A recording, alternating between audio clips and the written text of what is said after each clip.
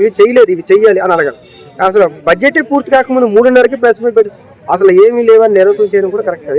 రేవంత్ నాయన, నా బిడ్డవి నువ్వు, నాకు 5,000 కోట్లకు నువ్వు అది పెట్టాలి, నా విగ్రహం పెట్టాల్సిందే. కేసీఆర్ అంబేద్కర్ పెట్టినప్పుడు నువ్వు కూడా పెట్టు, నువ్వు దేంట్లో తగ్గకూడదు అని చెప్పారా గాంధీ తాత? అంటే పరిపాలన పరమైన ముందు చూపు అపోజిషన్ పార్టీ మీద బలంగా ఆర్థిక పరమైన భారం వేయాలని ఉద్దేశంతో జరిగిన ఒక దీర్ఘకాలిక ప్రణాళిక. వాళ్ళు అప్పులు చేసినందుకు అన్ని కట్టి చూపించారు, కానీ వీళ్ళు అప్పులు చేసి ఏం చేశారో నాకు అర్థం కావట్లేదు. అదేవిధంగా ఈరోజు చూస్తే బడ్జెట్, తెలంగాణ రాష్ట్ర బడ్జెట్ కేటాయించడం జరిగింది. సుమారుగా 3,20,000 కోట్ల రూపాయలు తెలంగాణ బడ్జెట్ కేటాయించడం జరిగింది. అందులో సుమారుగా 9,000 కోట్లు రైతు భరోసా కోసం ఎక్స్ట్రా కేటాయించడం జరిగింది. రైతు భరోసా కోసం. సో రైతు భరోసా కోసం ఇప్పటి వరకు సుమారుగా చూస్తే మాత్రం 18,000 కోట్లు రైతు భరోసా కోసం కేటాయించామని చెప్పి బడ్జెట్లో చెప్తున్నారు. ఇందులో సుమారుగా ఇప్పుడు ఈ ఎక్స్ట్రా కేటాయించి 9,000 కోట్లు. అదేవిధంగా ఇందిరా సోలార్ స్కీమ్, అంటే ఇది ఏవైతే గిరిజన రైతులకు సంబంధించిన స్కీమ్, ఇది దీనికోసం సుమారుగా 12,600 కోట్లు ఇప్పుడు ఈ బడ్జెట్లో కేటాయించడం జరిగింది. అదేవిధంగా మూసీ రివర్ ఫండ్ కోసం ఏదైతే ఉందో దానికి సుమారుగా 5,000 నుంచి 7,000 కోట్లు కేటాయించడం జరిగింది. మనం గతంలో కూడా నిన్న కూడా మాట్లాడాం. మూసీ ఏవైతే ప్రక్షాళన ప్రాజెక్ట్ ఉందో ఇది కేవలం రాజకీయపరమైన ప్రాజెక్ట్ కాదు, అక్కడ ఉన్న సుమారుగా 10,000 కుటుంబాల యొక్క జీవన విధానాన్ని మార్చే ఒక బలమైన ప్రక్రియ. దీనికి ప్రతిపక్షాలు కూడా సహకరించాలని చెప్పి బీజేపీ పార్టీ కూడా సహకరిస్తుంది దీనికోసం. అదేవిధంగా ఇన్ఫ్రాస్ట్రక్చర్ లోను ఇవన్నీ కూడా, అంటే మెట్రో కార్డు, రింగ్ రోడ్ కావచ్చు, అర్బన్ డెవలప్మెంట్ కోసం కావచ్చు, వీటన్నిటి కోసం కూడా 15,000 కోట్ల వరకు కేటాయించదండి. సో ఇది కూడా మన బడ్జెట్ కూడా చూస్తే మాత్రం కేవలం పెన్షన్స్, స్కాలర్షిప్స్, హౌసింగ్ ఇవన్నీ కలిపి చూస్తే మాత్రం సుమారుగా 69-70,000 కోట్ల వరకు కూడా ఈ యొక్క వీటికే ఏవైతే ఆరు గ్యారెంటీలు ఉన్నాయో ఈ 6 గ్యారెంటీలకే సుమారుగా 80,000 నుంచి 1,00,000 కోట్ల వరకు ఖర్చు అయ్యే అవకాశం ఉంది. అంటే 3,20,000 కోట్లలోని 1,00,000 కోట్లు, అంటే 80,000 నుంచి 1,00,000 కోట్ల వరకు కేవలం సంక్షేమ పథకాల కోసమే కేటాయిస్తే దీనివల్ల ఏమవుతుందంటే అభివృద్ధి సంక్షేమాన్ని రెండు ముందుకు తీసుకెళ్ళాలనుకున్నా సరే 6 గ్యారెంటీలు అత్యధికంగా చూస్తే మాత్రం సుమారుగా 25,000-26,000 కోట్ల వరకు కూడా మనకి ఫ్రీ బస్ స్కీమ్ వల్ల ఎక్కువగా ఖర్చు అవుతుంది. కాబట్టి ఈ యొక్క 6 గ్యారెంటీల్లో అతిపెద్ద స్కీమ్ అయిన ఏవైతే ఫ్రీ బస్ ఉందో దీనివల్ల గవర్నమెంట్ మీద, బడ్జెట్ మీద చాలా ఎక్కువ భారం పడే అవకాశం ఉంటుంది. ఇంకో ప్రధాన అంశం ఏంటంటే నిరుద్యోగ భృతి పెడతారేమో అని భావించాము. ఏపీలో కూడా నిరుద్యోగ భృతి పెట్టలేదు, ఇక్కడ కూడా నిరుద్యోగ భృతి ఇస్తారేమో అనుకున్నాం. సుమారుగా నిరుద్యోగ భృతి ప్రతి ఒక్క విద్యార్థి ఎవరైతే నిరుద్యోగం ఉన్నాడో, ఉద్యోగం లేని వ్యక్తికి సుమారుగా 3,000 రూపాయలు ప్రతి నెల ఇస్తారని చెప్పి ఆ రోజు కాంగ్రెస్ పార్టీ చెప్పింది. ఏపీలో కూడా తెలుగుదేశం పార్టీ, కూటమి ప్రభుత్వం కూడా అధికారంలో చెప్పింది. ఇది సుమారుగా 5,300 కోట్ల రూపాయలు. దీనికి తెలంగాణలో చూస్తే మాత్రం ఇంకొంచెం తగ్గే అవకాశం ఉంది. 4,800 కోట్లు ఎంత ఉంటుంది. కానీ నిరుద్యోగ భృతి కోసం బడ్జెట్లో అక్కడ కేటాయించలేదు. కానీ నిరుద్యోగుల అంశం మీద సుమారుగా 1,800 కోట్లు కేటాయించినట్టు చెప్తారు. దీనికోసం అంటే ఈ నిరుద్యోగులకు సంబంధించిన వాళ్ళ యొక్క ఎడ్యుకేషన్ కోసం కానీ, మిగతా స్కీమ్స్ కోసం కానీ, స్కాలర్షిప్ కోసం కానీ వీటికి సుమారుగా 1,800 కోట్లు కేటాయిస్తున్నారు. కానీ నిరుద్యోగుల కోసం ఎక్కడికి పర్టికులర్గా కేటాయించినట్టు ఎక్కడ కూడా కనిపించట్లేదు.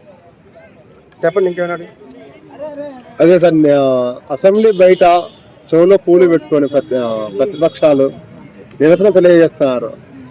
ఏంటంటే ఇది నిరుద్యోగ భృతి లేదు, తర్వాత రైతు భరోసా కూడా తక్కువ ఇచ్చారు అని అంటున్నారు. సో అది ఎంతవరకు కరెక్ట్? రైతు భరోసా తక్కువ ఇచ్చారు, నిరుద్యోగ భృతి లేదు.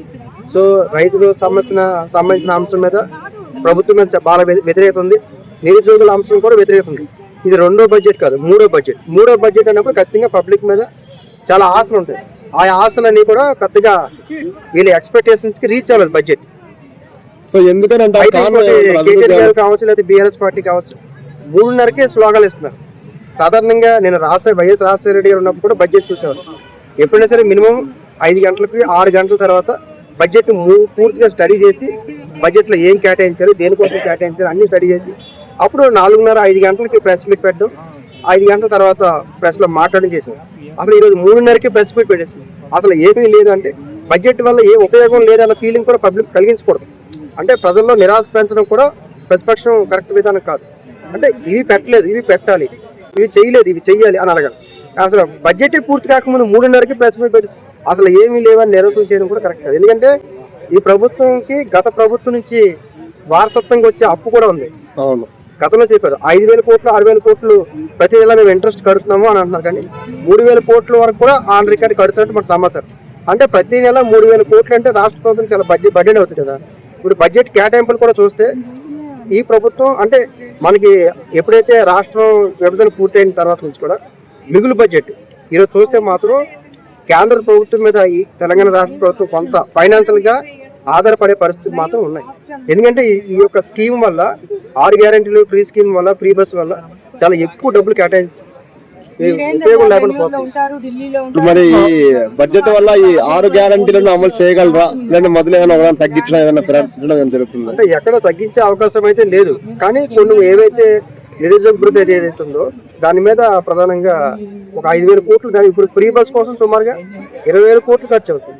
5,000 కోట్లు ఖర్చు పెడితే ఇది నిరుద్యోగ భృతి వస్తుంది. అంటే ఆ యొక్క ఉద్దేశం అనేది అంటే ఫ్రీ బస్ వల్ల అంత ఎక్కువ మంది సాటిస్ఫాక్షన్ లేదు, కేవలం మహిళలు తప్ప. ఆ మహిళల్లో కూడా 40-50% మంది సంతృప్తిగా లేరు. ఇది అనవసరంగా వృధా అవుతుందని. ఇప్పుడు 20,000 కోట్లు 5,000 కోట్లు పెడితే ఆ నిరుద్యోగులు చదువుకోవడం కోసం కావచ్చు, హాస్టల్ ఫీజు కావచ్చు, ఇవన్నీ బుక్స్ కావచ్చు, ఇవన్నీ దొరికేవి కదా. సో ఆ ఏపీలో కూడా అదే జరిగింది. కానీ ఒక 1,800 కోట్లు అయితే కేటాయించారు నిరుద్యోగుల కోసం, కానీ అది నిరుద్యోగ వృద్ధిలోకి రాదు. అయితే ఉద్యోగాలు కూడా పడట్లేదన్నా, దానిపైన మీ స్పందన ఏంటి? నిరుద్యోగ అంశం చాలా కీలక అంశం. నిరుద్యోగ అంశం కోసం మేము గతంలో కూడా చాలా సందర్భాల్లో మాట్లాడాము. ఏపీలో బడ్జెట్ పెట్టినప్పుడు కూడా నిరుద్యోగులు కేటాయించకపోవడం వల్ల నిరుద్యోగులు ఏవైతే ప్రభుత్వ ఉద్యోగం కోసం ప్రయత్నం చేసే సమయంలో వాళ్ళకి టైమ్ ఆఫ్ పీరియడ్ అంటే ఇయర్స్ దాటిపోయే కొద్దీ వాళ్ళకి టెన్షన్ ఉంటుంది, తల్లిదండ్రుల నుంచి ఒత్తిడి ఉంటుంది. ఇక్కడ హాస్టల్ ఫీజు కట్టుకోలేక, బుక్స్ కట్టుకోలేక, కొనుక్కోలేక వాళ్ళకి చాలా ఇబ్బంది. ఎందుకంటే జాబ్ క్యాలెండర్స్ ఇయర్ ప్రకటించాలి. అలా ఇయర్ ప్రకటించకపోవడం వల్ల ఏమవుతుందంటే వాళ్ళు ఇంకా ఒత్తిడి పెరిగిపోయే అవకాశం ఉంటుంది, టెన్షన్ పెరిగిపోయే అవకాశం ఉంటుంది. కాబట్టి నిరుద్యోగులకు మాత్రం పూర్తిగా కేవలం 1,800 కోట్లు కేటాయించారు నిరుద్యోగుల కోసం, కానీ అది నిరుద్యోగ వృత్తిలోకి మాత్రం రాదు.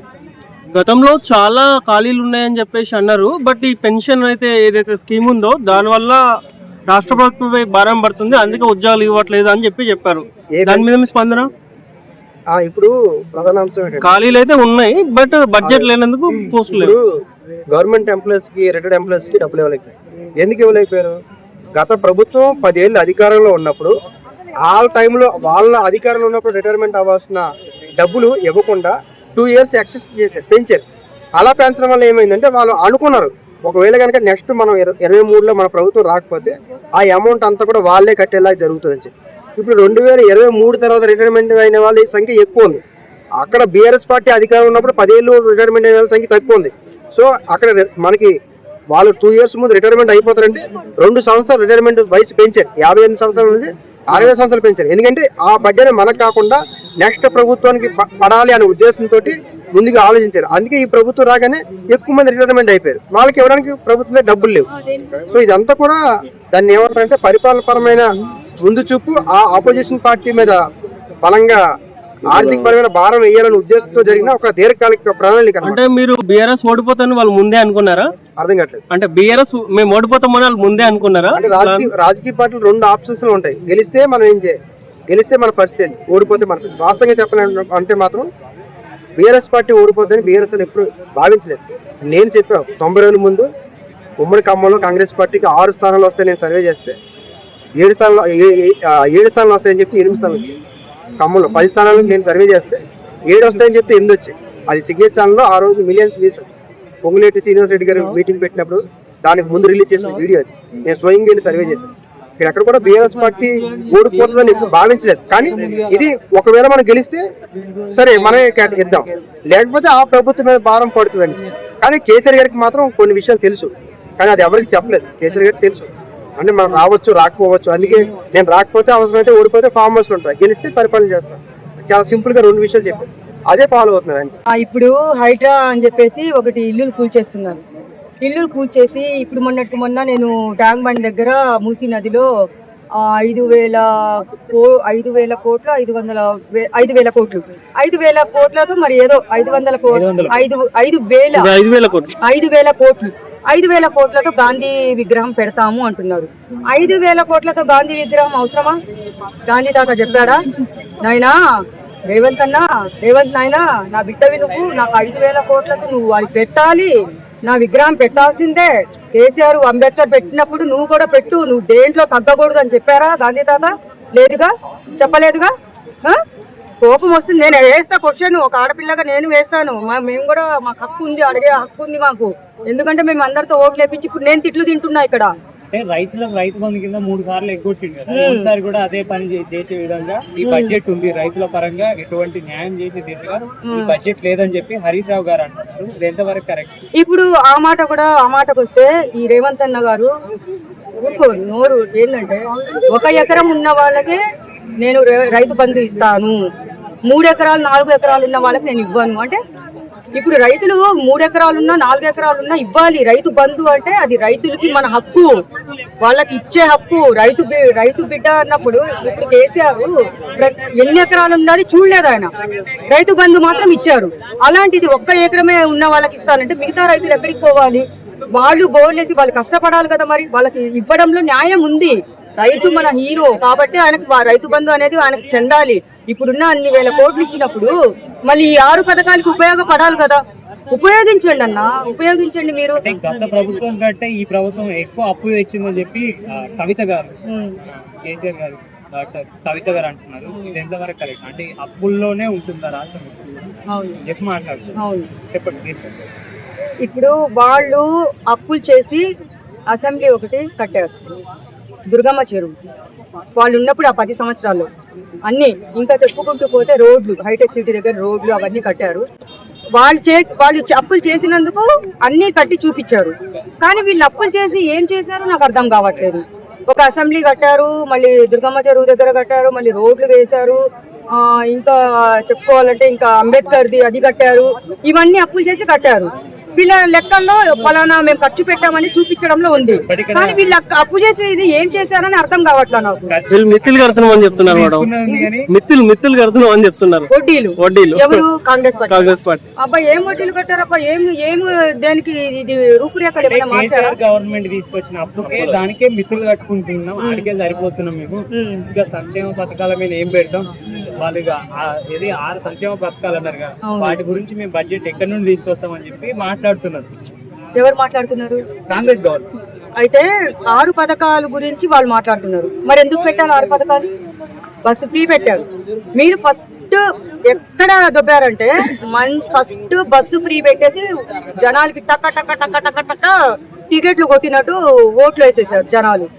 ఏంటంటే ఇప్పుడు బస్సు ఫ్రీ కాదు, ఇప్పుడు 6 పథకాలు 5 ఎవరికన్నా అమలు అయ్యాయా? ఇచ్చారు. కళ్యాణ లక్ష్మి ఎవరికి ఇచ్చారు? మీ వాళ్ళకి ఇచ్చుకున్నారు. మిగతా వాళ్ళు కరెంట్ ఫ్రీ. ఎక్కడ? 100 మందిలో 10 మందికే కరెంట్ ఫ్రీ వస్తుంది. 5 గ్యాస్ ఫ్రీ అన్నారు, ఫ్రీడమ్ అన్నారు, గ్యాస్ 500కే అన్నారు. ఎక్కడ? 60 రూపాయలు పెంచారు. అక్కడ యుద్ధాలు జరుగుతుంటే దానికి దీనికి లింక్ పెట్టేసి మీరు తప్పుకుంటున్నారు. ఎక్కడ గ్యాస్ ఫ్రీ ఇచ్చారు? మొన్నటికి మొన్న హోటళ్లు బంద్ అయినాయి, హాస్టళ్లు బంద్ అయినాయి, ఎగ్జామ్స్ దగ్గర పడ్డాయి. పాపం వాళ్ళ పరిస్థితి ఏంది? ఎంత ఘోరంగా ఉంది. ఫ్రీ అన్నారు, ఫ్రీడమ్ అన్నారు. ఎక్కడుంది ఫ్రీ? ఎక్కడ ఫ్రీడమ్? ఎక్కడ జనాలకి? ఇప్పుడు తిట్టుకోక ఏం చేస్తారు? నేనేం సమాధానం చెప్పాలో నాకు అర్థం కావట్లేదు. కాంగ్రెస్ గవర్నమెంట్ అంతా కూడా మాటల్లో ఉన్నది, చేతల్లో చూపించలేదు అని చెప్పి బీఆర్ఎస్ గవర్నమెంట్ అంటారు. అది నిజమే. ఇంకా నాకు కూడా చెప్పి చెప్పి చెప్పి సాల్ అయిపోయింది. ఇప్పుడన్నా కళ్ళు తెరవండి అన్న. ఇప్పుడన్నా కళ్ళు తెరిచి ఇప్పుడు ఇచ్చిన బడ్జెట్ కన్నా ఈ 6 పథకాలు అమలు చేసి మీరేందో నిరూపించుకోండి. ఫస్ట్ మీరేందో ఛాలెంజ్ చేసి చూపించండి. ఒకళ్ళు మనకు అనుకోకూడదు, వాళ్ళ దగ్గర మనం అనిపించుకోకూడదు. అలాంటిది మీరు చేయండి. ఇప్పుడు ఏదైతే మా మహిళలకి మీరు ఇచ్చారో 2500, 4000 పింఛను, Kalyana Lakshmi, free gas, free current, అది ఇచ్చారంటే మీరు కరెక్ట్, మీరు రైట్. వాళ్ళకి మాట్లాడుకునే అవకాశం మాత్రం మీరు కల్పించకూడదు. అది చెప్తున్నా నేను.